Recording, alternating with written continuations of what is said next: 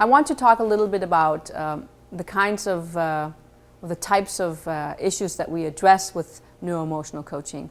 And on the board I put individuals as well as teams. And you can see that it really applies to a variety of situations. Basically what we're looking at is to change behavior. More specifically, sometimes we use this in the strategic planning process.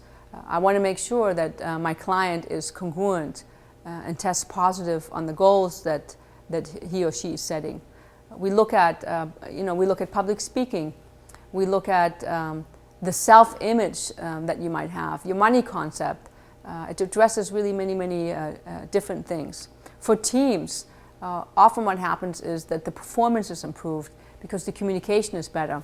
I take families on a retreat, or I take teams on a retreat, and we look at the emotional interaction that the team has. When there is what I would call static in the channel, we really need to make sure that that static is cleaned out, because then, only then, can the team really perform at the optimal level. These are just a few examples of the type of issues that I address. For those of you that recognize that there are certain situations where you do get emotionally hijacked, I really encourage you to consider this technique.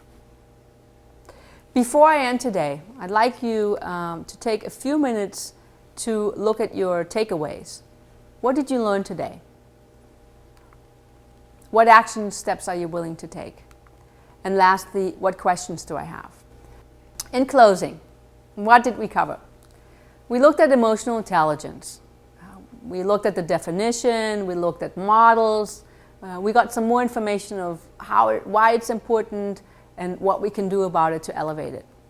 We looked at the connection between leadership, our brain, and emotional intelligence. We learned about this idea of emotional hijacking, and we looked at 7 tips that would help us to have perhaps less emotional hijacking.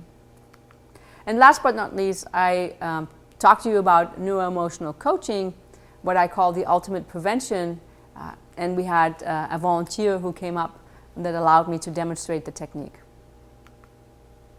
Before I close, I would like to tell you a little story.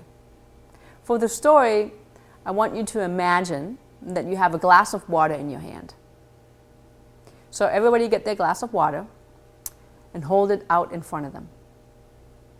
So you're not having such a good day, and I'd like you to put some salt in your water. Just put the salt in there. And God, you just lost a customer, and I want you to put pepper in there. And maybe some vinegar. And then the IRS called and told you that there's something wrong with your taxes. Put it in there. And then your mother-in-law called and she's upset with you. More stuff. Now I want you to swirl it around. Who would like to have a sip of this water? Nobody? Listen, there's nothing in your water.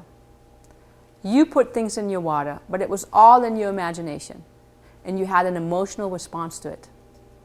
Be careful of what you put in your water.